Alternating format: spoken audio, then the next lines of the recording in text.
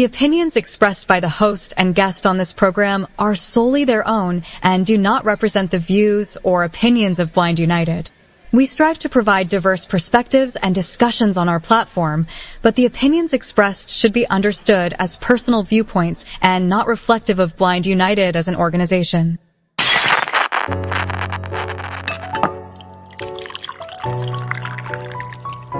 It's time. It's time for coffee time. Coffee time. Coffee time. Coffee time. Coffee time. Coffee time. Coffee time. And here is your Coffee Time crew.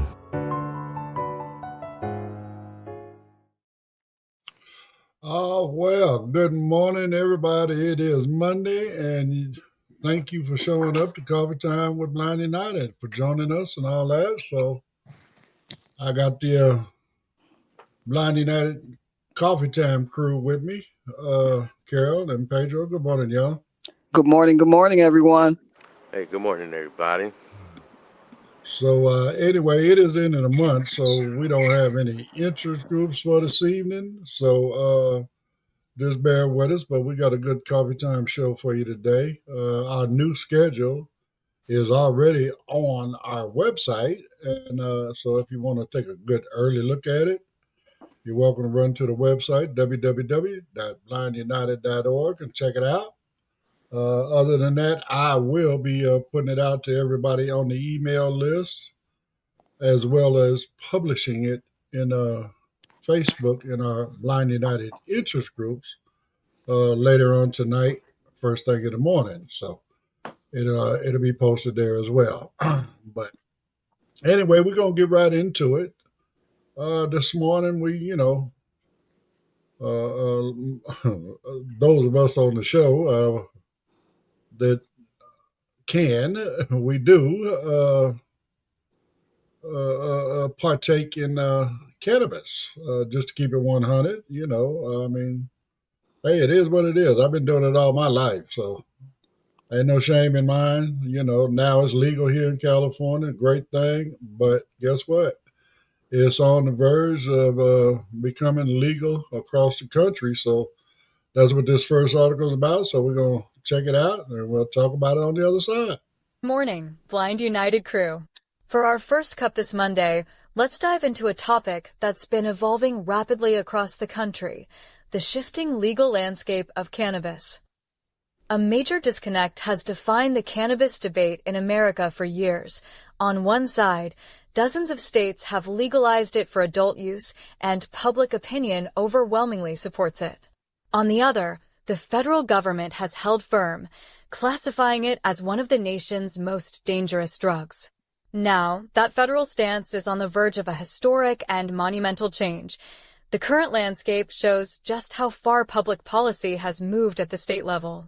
In recent years, dozens of U.S. states have legalized marijuana for either medical or recreational adult use. This shift is backed by strong public sentiment.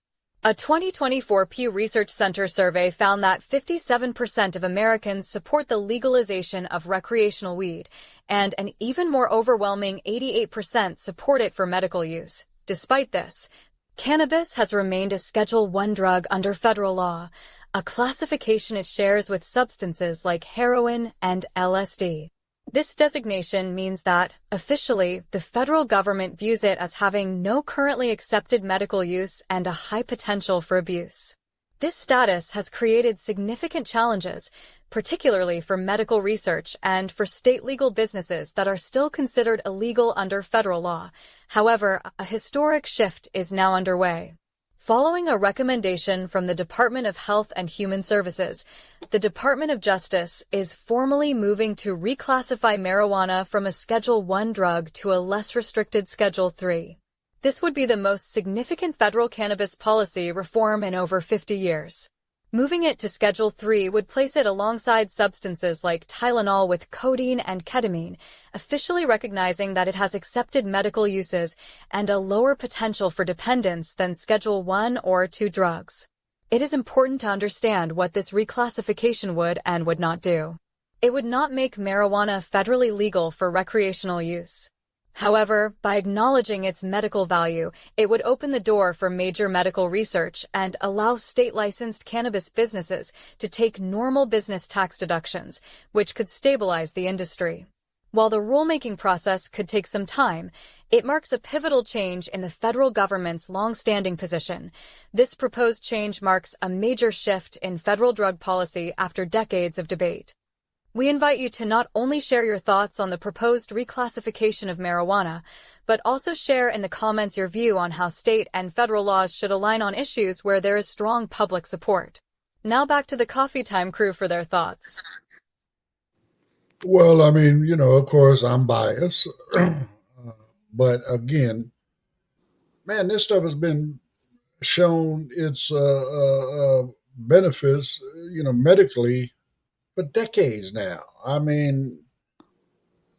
kids are in their 40s now, and I can remember, people being prescribed, cannabis long before we even had edibles, right? But being prescribed cannabis for things like glaucoma. I knew a dude that had a prescription for asthma. Seizures as well. Well, yeah, okay. Well, that seizures is, again, that was something that's more newer. I'm talking about 30, 40 years ago. They were prescribing cannabis, so Yes. to say that it's not shown any, viable medical benefits is why the federal has not legalized it and moved it to the Schedule 3 is all a lie. It's just, there's some kind of a stigma that goes along with, people that use cannabis. Even though a lot of them do it, at home in their mansions with they smoking jackets on. Mm-hmm. Mhm. Or some of them might be doing hard drugs like ketamine. Well, that What? too, but And it's a again, schedule. It's a Schedule 3, that one as well. Why marijuana shouldn't be in the same category. it doesn't belong in a category with heroin and cocaine and all Mm-hmm. of that. No, I it does mean, not. it definitely belongs, more in Schedule 3. Now, again, as far as ketamine is concerned, I don't think. Okay, they say it has medical benefits, but again, it definitely needs to be prescribed only. You got a Tylenol right there with it. Tylenol's an over-the-counter drug. You know what I'm saying? So is there places where ketamine is over-the-counter? I don't know. Of course, here in California, cannabis is now over-the-counter. You can get it pretty much anywhere. You're actually better off getting it from these legal dispensaries than you are from the underground, because the underground they have no regulations on what they put on the plant, as far as insecticides and hormones and all different kind of stuff. You know what I'm saying? So again, Yes. the actual legal cannabis market is regulated to make sure you don't get all that kind of stuff. So anyway, but yeah, no, I think it's long overdue. They need to quit playing with this.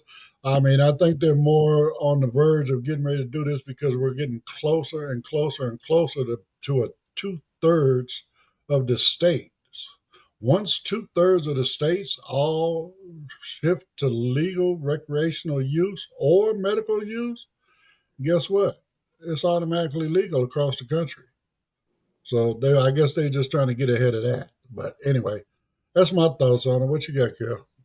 I think that it's long overdue as well. I don't see any problem with it. And to put it in the category with, heroin and cocaine, methamphetamine, all that, it does not belong there. Alcohol itself is legal, but it causes more harm than the majority of most drugs. So Yeah. I think that it has a lot of benefits medically, with pain management and a lot of people who have eating disorders, that just can't eat because of illnesses. It helps with their appetite. It helps with depression. It helps with so many things. And for those who want to use it recreationally, as an adult, they should be able to do whatever it is that they choose to do. Now, I do live in a state where it is not legal yet, but I believe that it will be, and people smoke it everywhere. You smell marijuana more than you smell cigarettes out here, but it's not legal. But people are smoking it. So if you want to put it to where we can go to a place where it is regulated, it is safe, and you don't have to go to the homeboy down the street or around the corner where it might be something else that's on this plant that can cause me some harm, I'm all Mhm. for it. So bring it Mhm. on. Bring it on. Mhm. Yeah. Yeah, you're gonna have people that do sell it aside, like the homeboy down the street, like you said, Carol. But you do have legal shops, and then you have those that follow the books. Um, it's good to make this a Schedule 3 legalized across the country to have studies. We need more studies. There's been reports done like in Los Angeles Times about different cannabis companies and having pesticides. So the LA Times has gone and tested hundreds and hundreds of products across California and Los Angeles actually. So that just shows with legalizing comes more studies, more investigations, more knowledge to make better decisions. Now, I go to two types of shops. There's a legal, they're both legal, but one plays with the rules way more. So I'm able to pay with my debit card there, or I could just tap and pay. A lot of these shops don't have a tap and pay. Um, some shops have everything packaged up. Everything has been tested, lab, and everything. Other shops have a container and they just have it full. Um, so you might not know if some of these strains might have pesticides or whatever it may be. So you have to do and be aware of what you consuming. That goes with anything you're consuming as well, including alcohol. And reasons I don't drink, and I indulge sometimes in drinking, but not really. It's the blackout, or the real wooziness that I start veering. I don't like to feel like I'm about to black out. I don't. I like to remember what I done Losing control of your bodily functions. exactly. And marijuana has not done that to me extensively, but Ever. yeah, and then if you are a new user and or thinking of trying, do it in small quantities if you're gonna do edibles. But even with the legalization, like in California and some other states, has come different devices. There's methods of ingesting, like eating, and if you don't want to smoke like a flower, and that is more might be a little more damaging, they have other ways of like vaporizers. They have technology that has improved. The testing in these products has improved, and the quality and also the potency, so you must be aware of these stuff too. Right. Well, I mean, again, as we talk about, like I say, research and whatnot, we know, for adults and children, more, it helps with seizures and stuff like that. Like Carol was talking about eating disorders. But one thing that people don't speak on very much at all, that I think is one of the larger benefits to rescheduling this from 1 to 3, you're decriminalizing it. True. Imagine how many people are locked up for weed. Yeah. You're Yeah, absolutely right. and this is going to get, I mean, I don't know if this will go retroactive. They'll let them go, whatever. I don't know, but I mean, That comes with again, a push right there.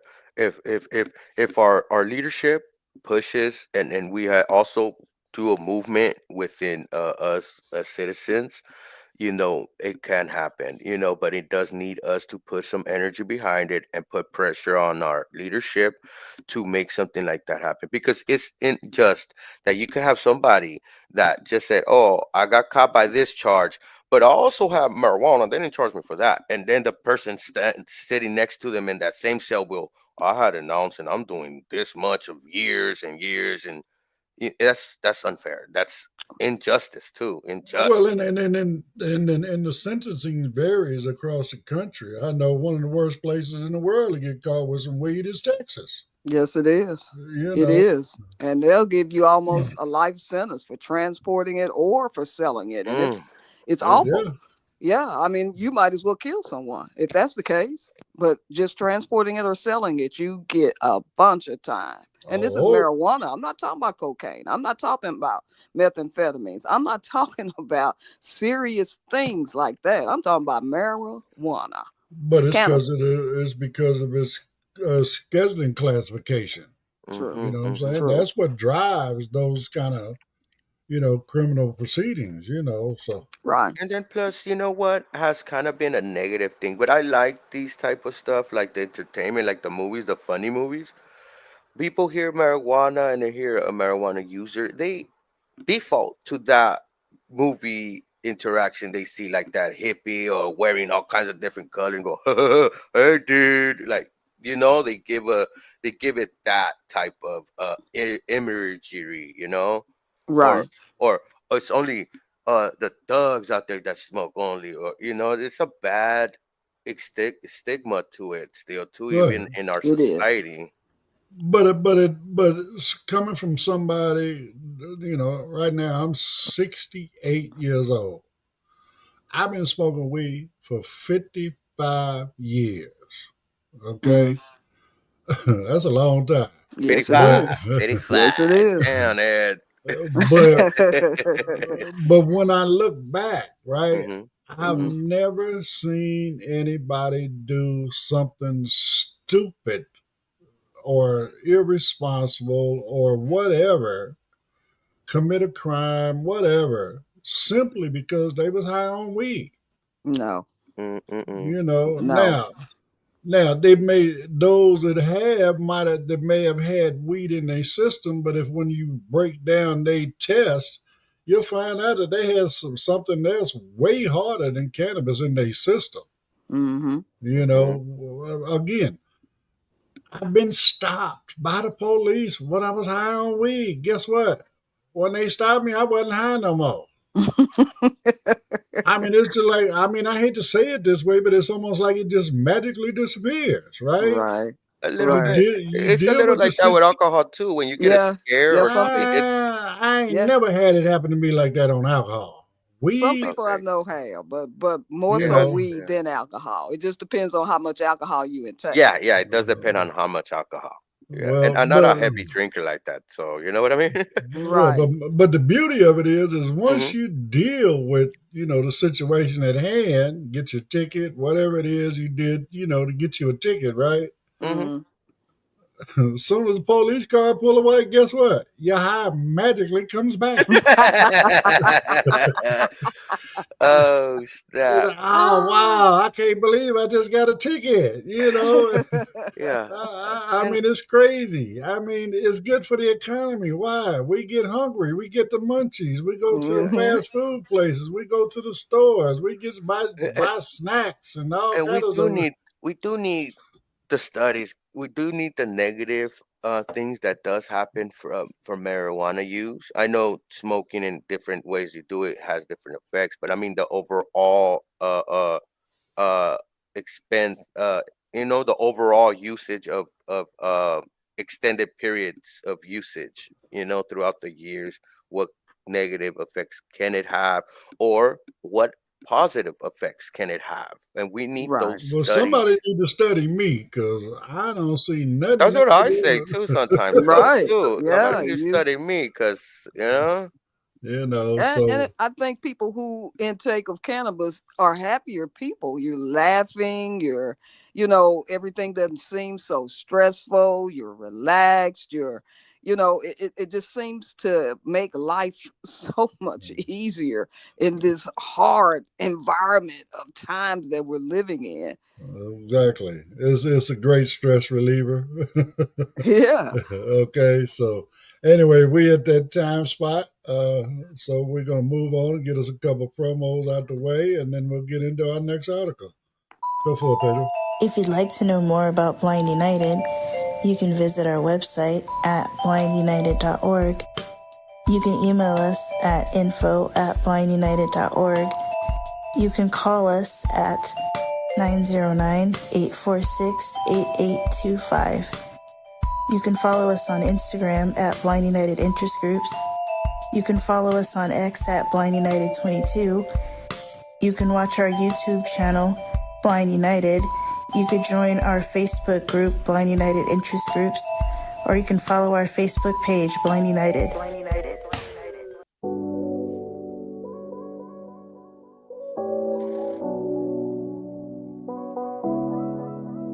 Throw on the blue, yeah, we rep that crew. Blind United strong, we staying true. From small to 4X, come get your fit. Royal with the logo, we all legit. 15 till July 26th. After the party, we raising a fix. Get it now while the deal still live. Loyal to the cause, we thrive and survive. Rock the logo, show who you are. Standing for the vision, we've come so far. It's more than merch, it's a movement we live. Loyal to the cause with all we give. From baked goods to tech, we building the way. But that royal blue shirt, it's here to stay. Don't sleep, grab yours before the shift. After the 90s party, it's a price uplift. 15 till July 26th. After the party, we raising the fix. Get it now while the deal still live. Loyal to the cause, we thrive and survive.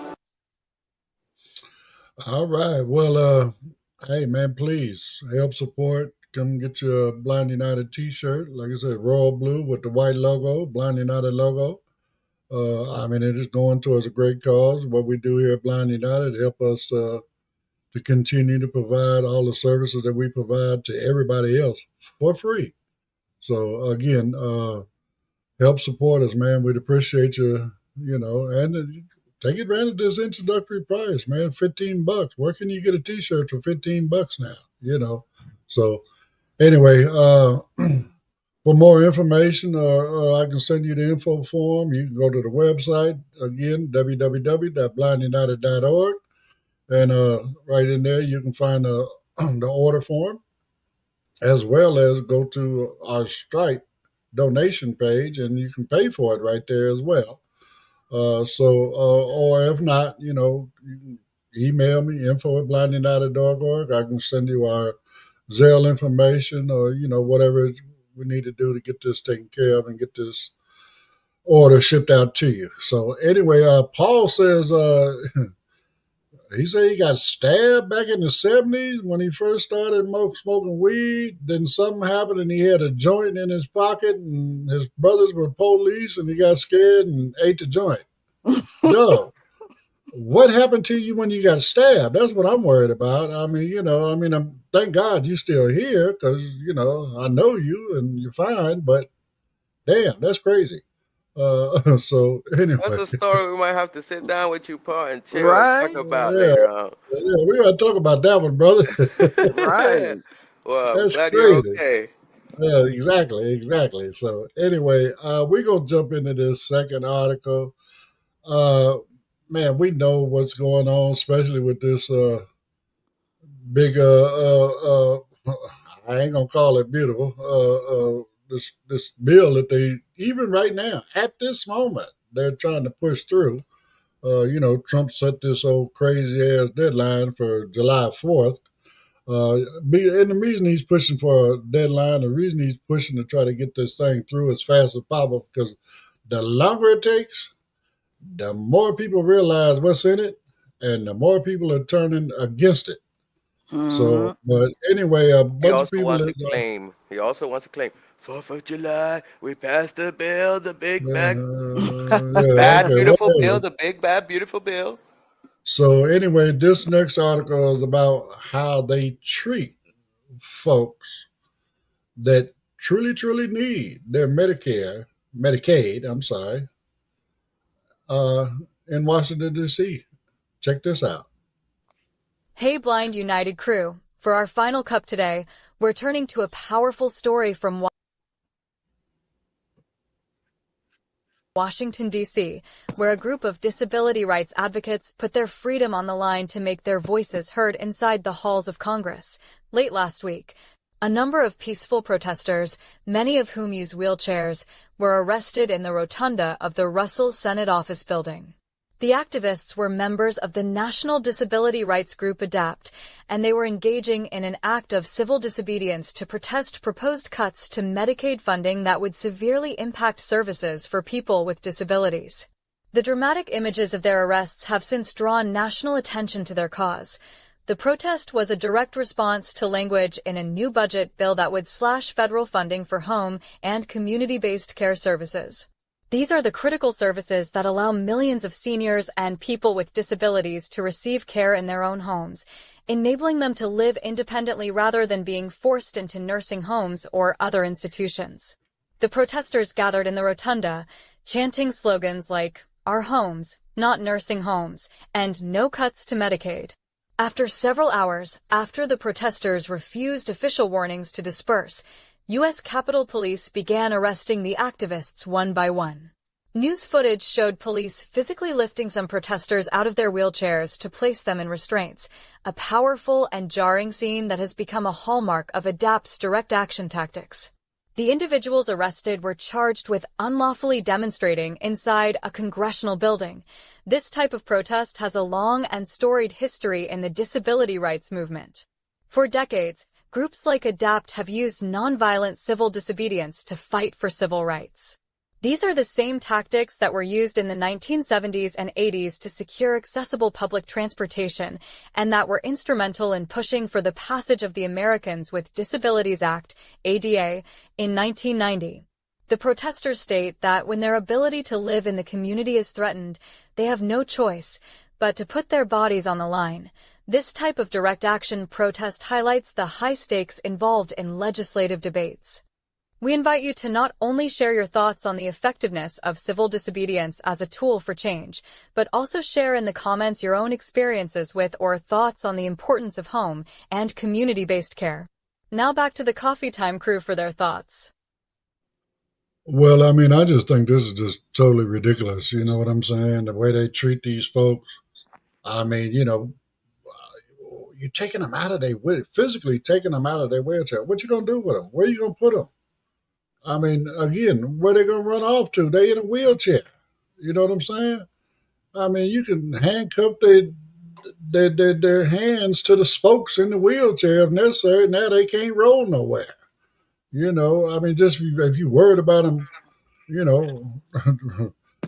running off on you. I mean, again, how they gonna run off on you? They in wheelchairs, that wouldn't be the best thing to cuff them in the spokes. The best thing is to cuff them with hands in front. You know what I mean? If they're gonna do it right. Where they can't even reach the wheels. I mean, but then maybe they got an electric wheelchair. They can, still reach the handle and do whatever. But again, it just does not make any sense. But it's showing you that what this bill is doing to people that are in need of these services. When we talk about, being able to stay at home, rather than go into a nursing home or whatever, right? This Medicaid allows them to have home care so that they don't have to go into the facility. Now they can afford to, have a family member take care of them rather than some stranger that's just there for a paycheck and really don't care about their well-being. And you could be at home at private. And you're at home in private. You get to die in dignity if that's what your case is going to be. I mean, you might have, some issue where, you have to wear diapers and I'm sorry, but, now you're not being humiliated by, these workers or whatever because you couldn't hold it or whatever, I mean, just all of these different things that go on. So here's the crazy part to me. I have never walked into a nursing home or an assisted care living situation, right, where it did not have these hell of odors. You know what Mm-hmm. I'm saying? And the owners tell me that these people are not being cared for properly. You know what I'm saying? Maybe Right. they're forced to use a bedpan. Well, the nurse is overworked. She ain't got time to come and check your bedpan or take it away or whatever. She ain't got time to wash you. You know, if you happen to have an accident, they ain't got time to come in and change your sheets and all this other kind. Now you laying there in these spoiled sheets. You know, this is it's just crazy. This stuff is out of control. He's trying to push this bill through before everybody truly gets wind of what's in the bill. So, anyway, it's an abomination to the American people, and it should fail in the Senate. I doubt if it will, but it's going to get modified and then sent back to Congress, and then hopefully they get tied up there too, and he's not going to reach his deadline. I'm pretty sure that's not going to happen. So anyway, that's what I got on it, Carol. I mean, it's I'm hoping that, the world, because nobody is really paying attention. It seems like administration is not paying attention, but people are trying to let him know that we are not satisfied with what's going on. Arresting people in wheelchairs, handcuffing them. Come on. I mean, that makes absolutely no sense. And they had every right to go out there and express what they feel they need. I unfortunately, am just grateful that I'm not in a wheelchair, or that I have to have someone come in and bathe me, or you're right. When you step into some of these nursing homes, that's the first thing that's overwhelmingly powerful. You smell pee. You smell some type of foul scent. And it's it's sad that a person can't be in their own home, to have home health care, to just come and give them some sense of privacy, to want to bathe, to want to, if they need to have someone feed them, or, change their linens and things of that sort, to make them feel comfortable, and a sense of just being a human being again, without embarrassment of being in a facility and having to rely on someone that's getting a paycheck, but not able to even provide the needs that they said when they signed up to go to this facility that they would provide. So, I just hope that the world is paying attention and more people get out there to just let him know we don't want this. And we need to stand up and say that. Well, not only that, I want to make one more point, then I'm gonna give it back to Pedro. It is literally cheaper to let them stay in their home. Hmm. Okay, That is true. That is true. a nursing home is going to charge approximately 10 grand a month for you to be there. Okay, Mm-hmm. even if you got what is it, 160 hours a month, which is a full time 40-hour a week person, right? They ain't making no $10,000. No, they not. So again, it's cheaper to be able to hire somebody to come take care of them in the home in their home than it is to put them in a home. There you go, Pedro. Yeah, and that's true, Ed. And I feel like and when I say they, I mean the upper class wants to be, I have my stuff, I pay for it, and they should do the same. And it's sad to hear that, we have to have disabled people go and do a protest and show up over there. And you know I believe you're correct when you say he wants to pass this bill real fast so people won't know. I was looking at some videos. They were interviewing some Republicans, and they told him, what, have you read this bill? And this Republican straight said, I haven't read it. There is no policy that indicates that I need to read it, and I'm required to read it. And that just gives it all up. It gives it all up. They don't care. They just want to pass it because it's Trump.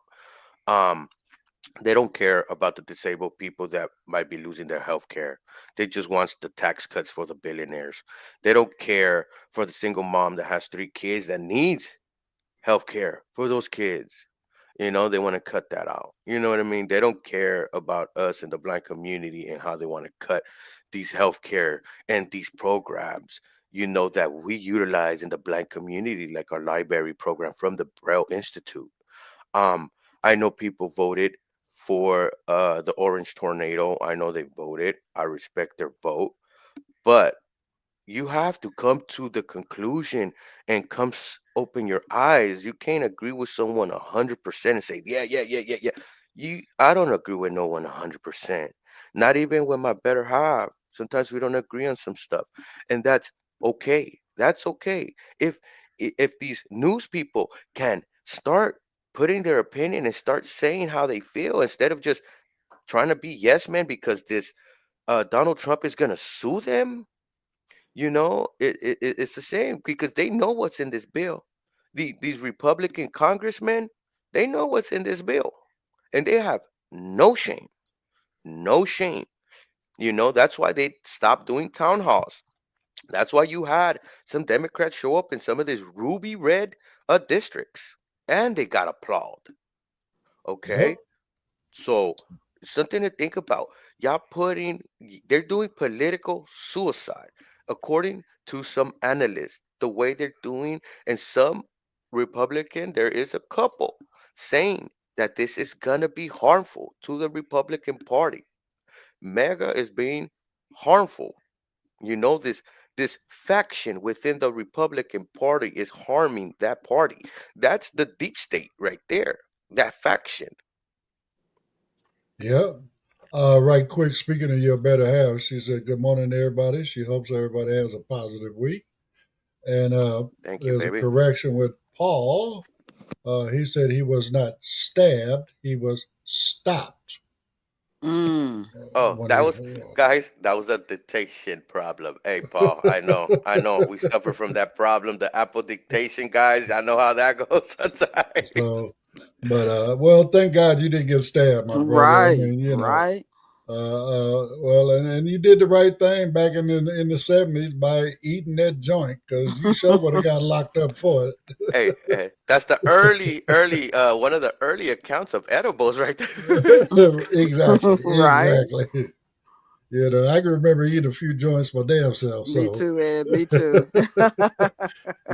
but it is what it is. So, anyway, again, this stuff is just crazy, man. I mean, all this stuff is needed. You know, it's not like we don't need this stuff. I mean, I was thinking while everybody's been talking, right? This stuff has been around since I was a kid. When I think back on my childhood, my mother actually had a job as a caregiver. Mm. And she was taking care of a couple. You know what I'm saying? She used to take me to work, whatever, on these things. Some of the, for these people anyway. But bottom line, she go in there every day, Mhm, clean their whole apartment. You know what I'm saying? That they were bedridden. She mhm. go through and empty their. They didn't have urine bottles back then. They were actually using the 1 pound. I'm sorry, the 1 liter. 1 pound, the 1 gallon cans. Mm. Like coffee cans, big. Right. Yeah, they were using that as urinals. Oh wow. Mm. I mean, but again, they were able to be okay during the night and stuff. Mom would make sure they got fed, make sure they got their, Mhm, mhm, bathed, make sure they got their sheets and all that stuff changed, all that kind of stuff. She put in her, like I said, her hours or whatever. But she did mhm, that for a long time, man. So this is not a new program. Now all of a sudden you're mhm. gonna take this away? Right. Come on, man. Just for tax cuts for the For a tax cut. billionaires? To Right. the So billionaires. so so Ooh, somebody and can have a little bit more money towards their new super yacht or their new jet or their just to get their a new new yacht, a new yeah mansion, a new yeah house, or yeah or let's say invest it back into the stock market. Mm. whatever. But again, you taking money away from people that need it to give it to people that don't need it. Mm-hmm. That don't make no sense at all, y'all. No. It don't make no sense at all. So again, hopefully this thing is not going to get through. Hopefully, it's going to have to get changed. Like Pedro said, is detrimental to them. I know they were right there and really could not afford to lose not one more senator. Otherwise, it was not going to pass the House or the Senate. Mm-hmm. Right? But again, even once it does get through the Senate, God forbid, but if it does, it gets to the Congress, guess what? Now they got to either agree on everything there and sign it right away to get it to Trump. But, they're not going to do that. No. We don't like this. Let's change this. Let's change that. Let's not forget that they're going through a process right now, is what they're calling amendments, where Democrats are going to sit there and chew up 1 to 2 days of trying to make amendments to this bill, and then they have to vote on each and every one of them. And that's going to tie up at least a couple more days. So, and he's getting pushback from a few, you got North Carolina. What is that? Tom Tillis and he said he's not running no more. He said he's stepping down. There's a provision in this bill, and that just came to my mind. Alaska, that the governor of Alaska. Oh no, you didn't hear the latest on that one. They pulled that out. They pulled that out. They were going to put a provision. Thank you, Ed. But look, this is the idea that the Republicans have. Everything they were taking away from the rest of the country, they were getting ready to give Alaska extra. Because it's red. Right. It's red. It leans red. And she was getting ready to vote against them until they made those provisions. And now they're what is it? What do they call it? The parliamentary, the whatever. Parliament. Well, it's parliamentary. It's one person in the Senate that has the. Yes, I know who you're talking about. I know what position. Right. So bottom line, they pulled that out because you can't show favoritism to one over another. So they pulled that part out. But okay, great. But you see the strategies that they're utilizing, guys. The strategies that they're willing to say, "Oh, my state it's no blanket. My state, I want all that help, but everybody else." Suffer. Well, I mean, again, and that's part of the reason why it got pulled out, because, okay, now Kentucky can say, okay, well, why is Alaska getting all this and my people get to die, or North Carolina, or Mississippi, any of them red states. So anyway, that shows how bad this bill is. When you have provisions that we're trying to stick like that, they had to pull it out because it's unfair, of course. But for a red state to be, hey, I need that. They know they need it, but they're willing to vote for this bill. I don't understand. They know their voters, their constituents need this. Well, I'm glad to see that more and more of them are standing up against him. Even though you got some that say they're going to not vote for it, but the minute that vote comes down, they're voting for it. So anyway, let's go ahead and jump into a couple more promos so we can get into this last article. Did you know Blind United offers free training in assistive technology? We call them interest groups. We offer training in JAWS, NVDA, iPhone, iPad, as well as Meta Ray-Bans. We also have groups like support group, cooking groups, and crafting groups. There are also groups for entertainment like movie night and RS Game Night. For more information about all the interest groups that we offer, just email us at info@blindunited.org or visit our Facebook group, Blind United Interest Group. We would love to have you be part of the Blind United crew.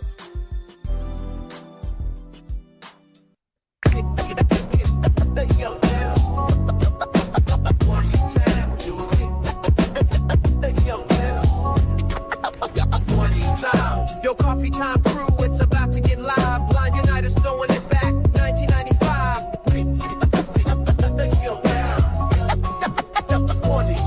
On July 26th, the place to be.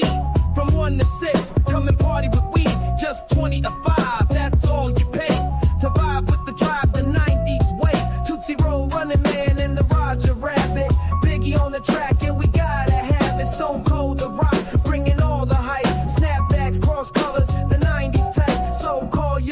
crew and step through the door. Blind United's 90 jam, can't ignore. Saturday the 26th, it's going down. Where the love is loud and the beats are down.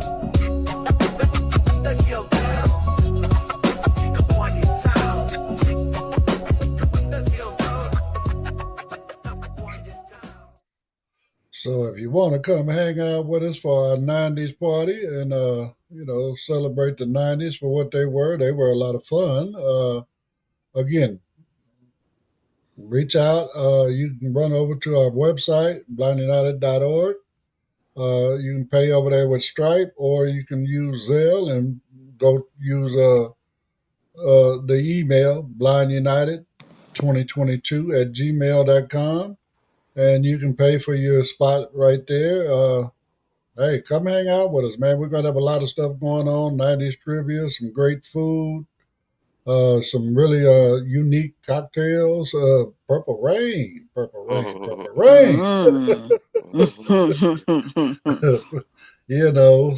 again, come on, check us out.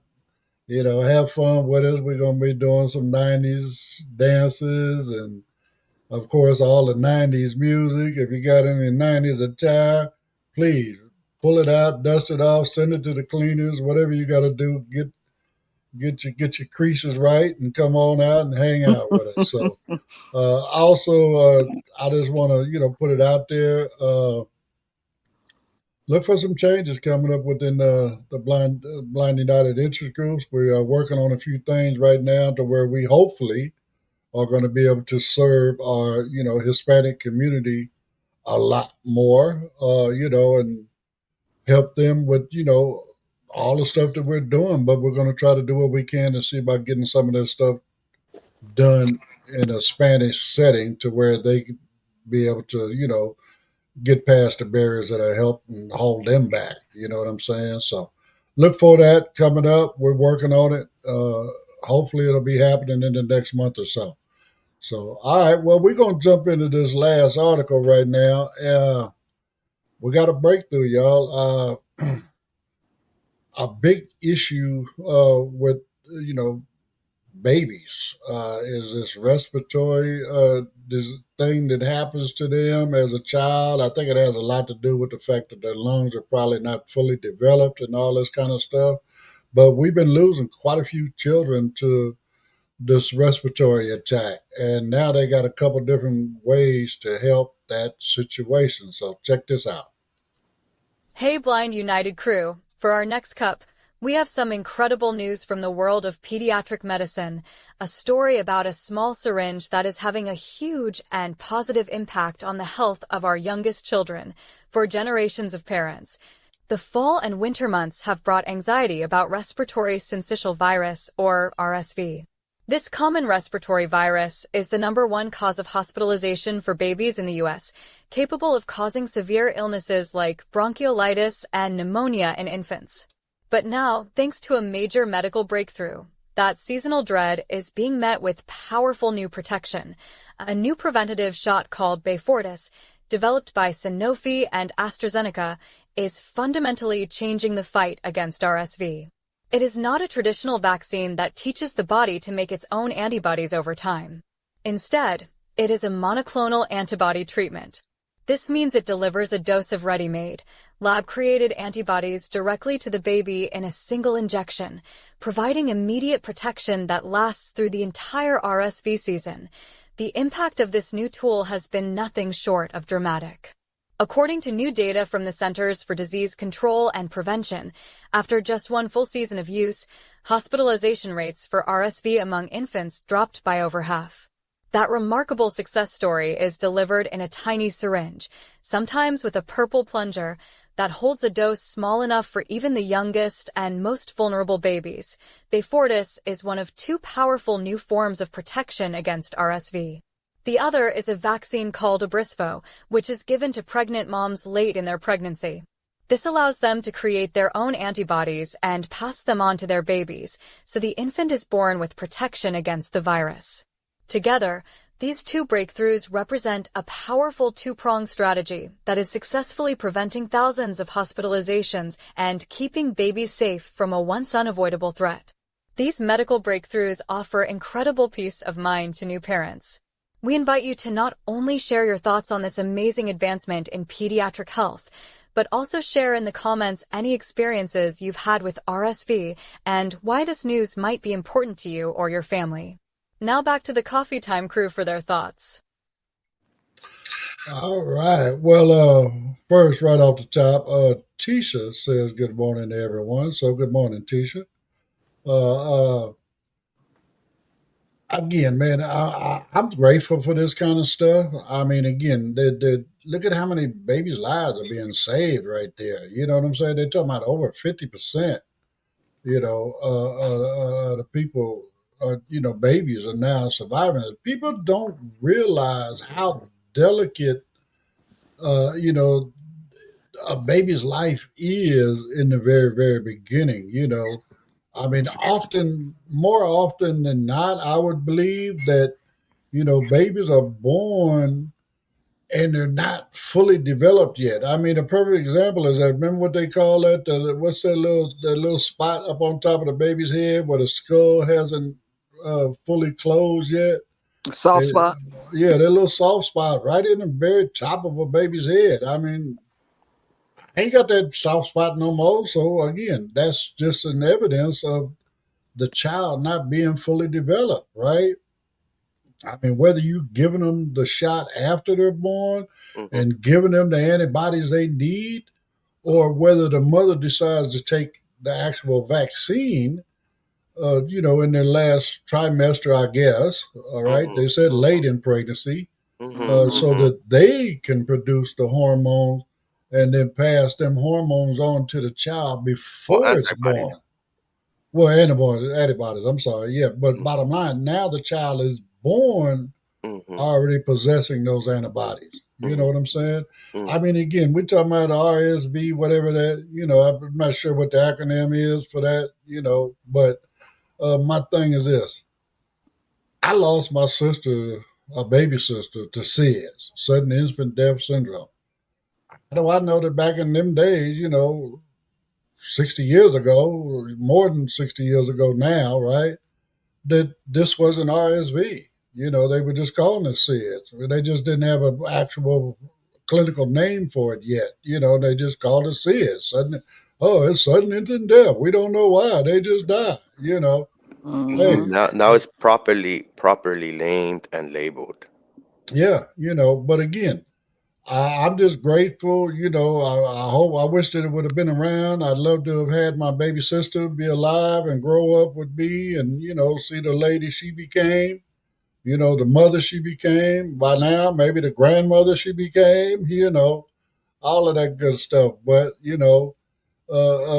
these things have cheated, her out of her life, me out of my sister, my mother out of her daughter, all of these kind of things. And now families don't have to deal with that no more. You know what I'm saying? So I am truly, truly grateful.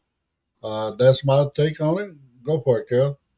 Yeah, I mean, modern technology has made things so much easier now. And this world that we live in is so polluted to where these vaccines are just essential to just life, period. So if they have something out there that can help these infants, get a kickstart on life and be able to breathe fresh air and be without some type of disease that is out there, I just say more power to them because we need as much as we can. These children are our future, so as many that we can bring in that are healthier just makes this planet better for the future. So I applaud that they are researching all of these new things to help these infants to survive longer, you know?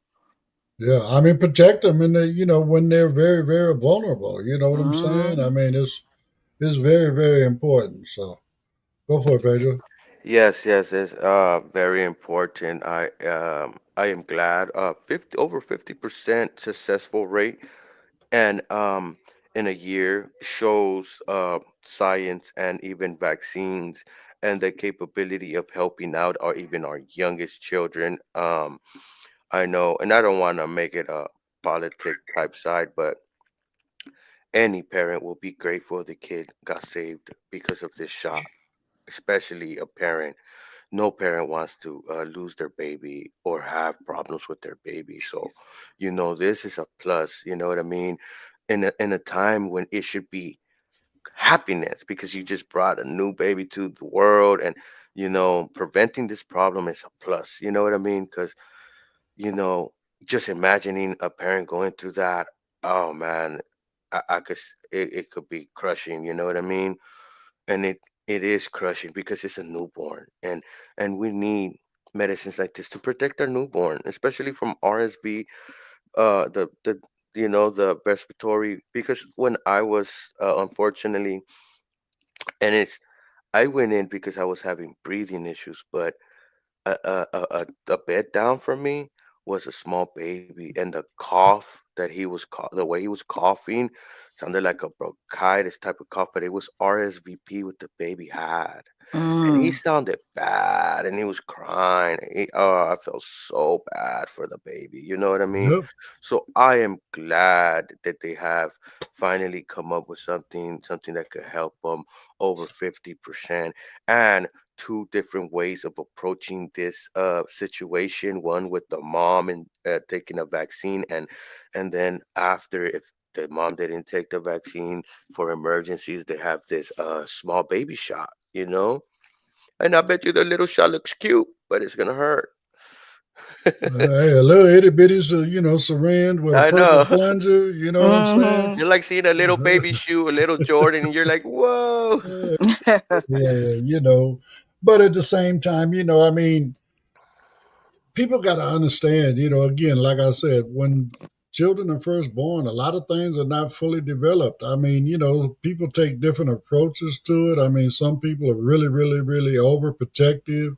Oh no, I can't have no visitors right now. I don't need nobody around my newborn. I don't need nobody bringing diseases or whatever into my house, whatever, boom, boom, boom. I mean, I get it, but my way of thinking is the opposite of that. I mean, I want my kids to be exposed because why? I want them to start building antibodies. Right. I want them to start building their own defense mechanism within their body to protect them from the environment. Yes, I know You know, us in the Latino culture, we do have something like don't take the baby out for like a month or 3 months. It depends on yeah, the person. But you know. I understand these times on that. You know why? Of bringing them outside because of our polluted air. You know, Well, I mean, yeah, I mean, especially in today's world, yeah, especially in today's world. especially in today's world, even in California with all of our tough restrictions on emissions and the cars and all Mm-hmm. that kind of stuff, we still got really, really bad air. And why do we have so much bad air? Because we got so many different mountain ranges that the smog and whatnot gets trapped in the valleys. Yeah, I got a joke. You know why we have so much bad air? Because Congress is full of it. But we're not in Our DC, dog. our We're our, there. our the RNC is full of it. The big bad bill is full of it. Well, but again, I mean, I want to, I get it, but at the same time, it make more sense if we were in DC, right? Because that's where they all at, and That's full where of it. they at. Hmm. You know what Hey, I'm it's so saying? much that it reaches out here. There's so Okay, much hair they got in there. so it got caught in that heat dome, and now it's spread all the way over. He don't. Dang. And it's been hot, guys. If you're out there, have a water bottle, a cool towel. Stay cool. It's been hot. It's been hot across the United States, guys. So please stay hydrated. All that Yeah, I good mean, stuff. you got to stay hydrated, man. You got to do what you got to do to beat this heat. I mean, much as I hate that bill, I'm constantly monitoring the temperature outside, so I know when to turn my hair on and when to turn it off. But I know I got to turn it on. I just got to eat that bill. And guess what? With everything that old boy is doing, even all that's getting ready to go up. I mean, what's it going to take? My whole check to cover my electricity bill? I mean, come on, man. It's going in that direction. I mean, again, here we go. I can jump off on that political side of this. For a subsidized company that wants to take the subsidy and pass it out as profits rather than invest it into their infrastructure and make it so we don't have these failures and all this other kind of stuff. So anyway, we are, go ahead, Pedro. No, I said, I'm agreeing with you right there. That is totally true. Yeah, so anyway, that's the end of the show for us here on Monday. I really, really do appreciate everybody for coming and hanging out with us. Again, please like, subscribe, share, follow, comment, all that good stuff. Whatever. Please. Excuse me. I need a coffee. Okay. Pick it up. Oh, wow. Okay, well, you're supposed to have had about 3 cups by now, so. I should have followed directions, Ed. I should have followed directions. That's part, okay? Even if you just take a sip for each article, that's enough for you. I know. But anyway, you guys enjoy the rest of your magnificent Monday. And, hey, enjoy all of this. And we will see you again tomorrow, the first of a new month and first of a new schedule for our Blind United Interest Group. So everybody have a great day, and we'll see you on the next one.